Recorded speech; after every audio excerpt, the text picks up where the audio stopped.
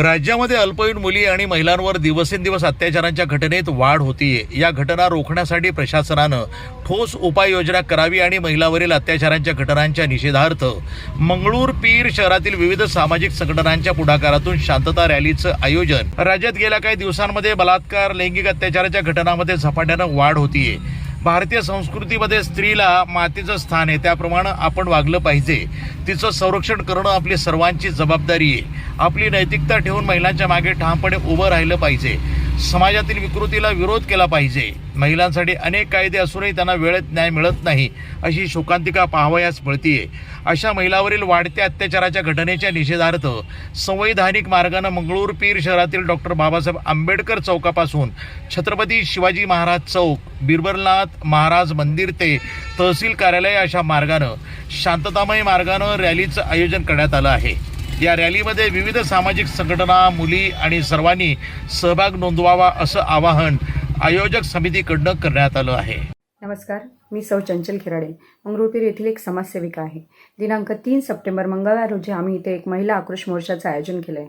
मंगरुळपीर शहर आणि तालुका येथील सर्व महिलांनी महिला आक्रोश मोर्चाचं आयोजन केलं। तर ह्या आक्रोश मोर्चाचं एक निमित्त म्हणजे सांगायचं म्हणजे आम्ही पाहतोय की आता आमच्या राज्यात, आमच्या देशात जे काही महिला आणि मुलींवर अत्याचार होते, यासाठी कुठेतरी मनात एक हळहळ होती, ती व्यक्त करायची होती। आणि पाहतो की आपण 3.5 वर्षाची मुलगीसुद्धा आज सुरक्षित नाही आहे। बदलापूर येथील घडलेली घटना असू देत किंवा रत्नागिरी येथील नर्सिंग कॉलेजची विद्यार्थिनी असू देत, तिच्या बाबतीत घडलेला अत्याचार, आणि कलकत्ता येथील जी MBBS MD डॉक्टर आहे, ती तिच्या काम करण्याच्या ठिकाणी सुद्धा सुरक्षित नाही आहे। मग आम्ही काय कुठेतरी मनाला एक दुःख व्यक्त होत होतं, तर हे दुःख व्यक्त करण्यासाठी, त्याप्रती असलेला आक्रोश व्यक्त करण्यासाठी ह्या मोर्चाचं आयोजन केलेलं आहे।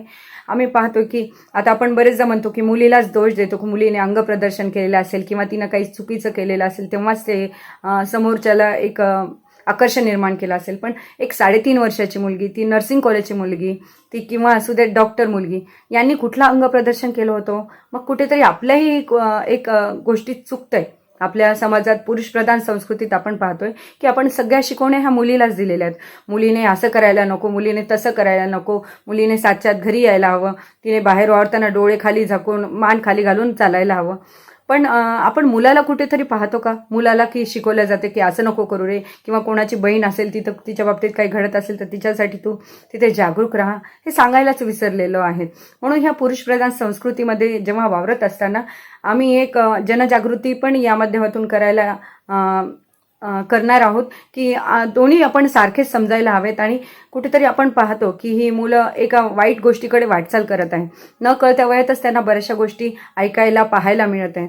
सोशल मीडियाच्या माध्यमातून मुलं अभ्यासक्रम जेव्हा मोबाईलच्या माध्यमातून करत असताना न पाहिजे नाही त्या गोष्टी त्यांच्या समोर येत आहेत आणि त्यांना त्यांच्या अजाणत्या वयात ह्या गोष्टी माहिती पडत आहेत।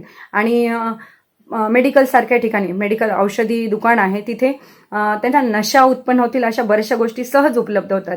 जसं की व्हाईटनर असू देत किंवा थिनर असू देत, ह्या गोष्टीमुळे किंवा अशा बऱ्याच गोष्टी आहेत की ज्यामुळे नशा उत्पन्न होतात, ही मुलांच्या हातात सहज मिळत आहेत। आणि मग ही मुलं दिवसभर नशेत राहून त्यांच्या मनात अशी एक उद्विग्न भावना निर्माण होऊ शकते। तर कुठेतरी समाजाचं पण तेवढंच कर्तव्य बनते, कारण पोलीस प्रत्येक ठिकाणी नाही पोहोचू शकतात, कारण मग आपण आपल्या मुलींसाठीच एक समाज कवच तयार करू शकतो। ह्या माध्यमातून जर जनजागृती आम्ही करू शकलो तर खूप मोठं कार्य होऊ शकतो।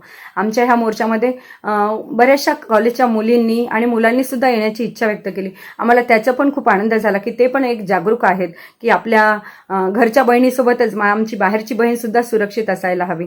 तर हाच उद्देश घेऊन आम्ही मंगरुळपीर येथे हा मोर्चाचं आयोजन केलेलं आहे। आम्हाला विविध स्तरातून, विविध संघटनांचा पण पाठिंबा मिळालेला आहे। मी माझ्या मंगरुळपीर शहरातील आणि आजूबाजूच्या ग्रामीण भागातील सर्व महिलांना विनंती करते की त्यांनी ह्या मोर्चात यायचंय। आणि जसं आपण रामाच्या नावाने, देवाच्या नावाने, भक्तीच्या नावाने एका ठिकाणी जमा होतो, कधी कधी कुठलंही आपल्याला कार्य असताना आपण एकत्र जमा होतो, पण तसंच आपल्याला नारी शक्तीच्या नावाखाली एक जी आपली महिला शक्ती आहे ती पण आपल्या जगाला दाखवून द्यायची आहे। तर सर्वांनी यायचं आहे, मोर्चात सहभागी व्हायचं आहे आणि आपली हे नारी शक्ती याचं महत्त्व सगळ्यांना पटवून द्यायचं आहे. आणि जेव्हा नारी ही समोर येते ना, एक महिला समोर येते ना, तिच्या माध्यमातून चांगल्या गोष्टीचा प्रचार आणि प्रसार हा अतिशय चांगल्या प्रकारे होऊ शकतो. म्हणून मी सर्वांना विनंती करते की या सर्व महिलांनी आणि तसेच सर्व जे पुरुष आहेत, जे आम्हाला आम्ही बंधू म्हणतो, त्यांनी आम्हाला पाठीवर आमच्या कौतुकाची थाप देण्यासाठी आणि आमचं एक पाठबळ वाढवण्यासाठी नक्की यायचं आहे, अशी मी विनंती करते.